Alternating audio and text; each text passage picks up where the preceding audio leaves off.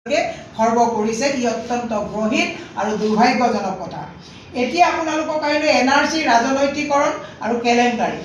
NRCৰ নামত প্ৰায় 1600 কোটি টকা খৰচ কৰা হ'ল, 55,000 বিষয়া কৰ্মচাৰীক নিযুক্তি দিয়া হ'ল আৰু 2019 চনত NRCৰ চূড়ান্ত তালিকা প্ৰকাশ পায়, য'ত 3.11 কোটিৰো অধিক লোকৰ নাগৰিকত্ব স্বীকৃত হৈছিলে। কিন্তু এই প্ৰক্ৰিয়া সম্পূৰ্ণ কৰাৰ সলনি চৰকাৰে নিজে NRCক ত্ৰুটিপূৰ্ণ বুলি ঘোষণা কৰি পুনৰ ভয় আৰু অনিশ্চয়তাৰ মাজলৈ গোটেই বিষয়টো ৰাখি থ'লে আৰু ইচ্ছাকৃত স্থবিৰতাই দেশজোৰা হাৰাশাস্তিৰ বাবে বাৰে বাৰে নথিপত্ৰৰ বাবে আৰ্থিক বোজা, সামাজিক কলংক আৰু কল্যাণমূলক আঁচনি আৰু আইনী নিৰাপত্তাৰ সুবিধাকে ধৰি সকলো মৌলিক অধিকাৰৰ পৰা জনগণক বঞ্চিত কৰিছে আৰু এই চৰকাৰ শুদ্ধ NRCক দিয়াক লৈ চৰকাৰ ব্যৰ্থ হৈছে।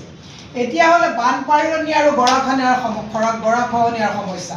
আপোনালোকে দেখিছে অসমৰ বানপানী আৰু গৰাখহনীয়াৰ সমস্যা ৰাষ্ট্ৰীয় এটা দুৰ্যোগ সমস্যা হিচাপে আমি স্বীকৃতি দিবলৈ কৈছিলোঁ। তাত আমি সদায় যেতিয়া বানপানী হয়, বানপানীৰ সময়ত আপোনালোকে দেখিছে বিহাৰত বানপানী হ'লে প্ৰাইম মিনিষ্টাৰ যায়, অমিত শ্বাহ যায়, বেলেগ জেগাত বানপানী হ'লে যায়, কিন্তু অসমত সদায় মাহিয়াই চকুৰে তেওঁলোকে চাই আছে।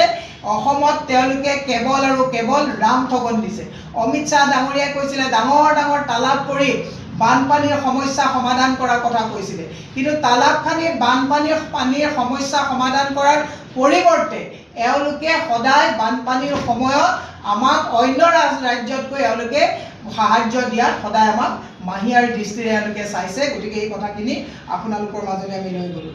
বিজেপিৰ যুৱ ৰপ্তানিৰ নীতি, এওঁলোকে আমাৰ যিটো যুৱসকল ইয়াৰ পৰা ব্ৰেইন ড্ৰেইন হৈছে বা চাকৰিৰ কাৰণে বহিৰাজ্যলৈ যাবলগীয়া হৈছে, এওঁলোকে বছৰি 5 লাখকৈ চাকৰি দিম বুলি কৈছিলে, কিন্তু এওঁলোকে খালী হৈ থকা চাকৰিৰ বিপৰীতেহে তেওঁলোকে চাকৰি দিব পাৰিছে। বাকী এওঁলোকে এই মেগী পেকেটিং, ক'ৰবাত ছাৰ্ভিচিঙত ল'ৰাই কাম কৰা, সেইবোৰ চাকৰিৰ বাদে এওঁলোকে কোনো নতুন চাকৰি জব ক্ৰিয়েট কৰিব পৰা নাই। ইয়াৰ ক্ষেত্ৰতো তেওঁলোকে চূড়ান্তভাৱে ব্যৰ্থ হৈছে, য'ত 16,000 চাকৰি ভেকেঞ্চিৰ চাকৰিৰ কাৰণে প্ৰায় 32 লাখ ল'ৰা ছোৱালীয়ে এপ্লাই কৰিবলগীয়া অৱস্থা হৈছে। যুৱ প্ৰজন্মলৈ হেতালি আপোনালোকে দেখিছে। APSCত দুদিনমানৰ আগত ৰিজাল্টতো এওঁলোকৰ ত্ৰুটিপূৰ্ণ সদায় ব্যৱস্থাবিলাক অত্যন্ত গ্ৰহীত আৰু চৰকাৰখনে হাল এৰি খিয়াল খেদি যুৱ প্ৰজন্মৰ ভৱিষ্যতক লৈ চিন্তা কম কৰি এওঁলোকে কেৱল এক চমক আৰু বিজ্ঞাপনৰে মানুহক আভুৱা কৰি যুৱ প্ৰজন্মৰ ভৱিষ্যত যি অন্ধকাৰ কৰিছে অত্যন্ত দুৰ্ভাগ্যজনক কথা। এতিয়া ৰাজহুৱা শিক্ষা ব্যৱস্থাবিলাক পৰ্যাপ্ত স্থানীয় পৰামৰ্শ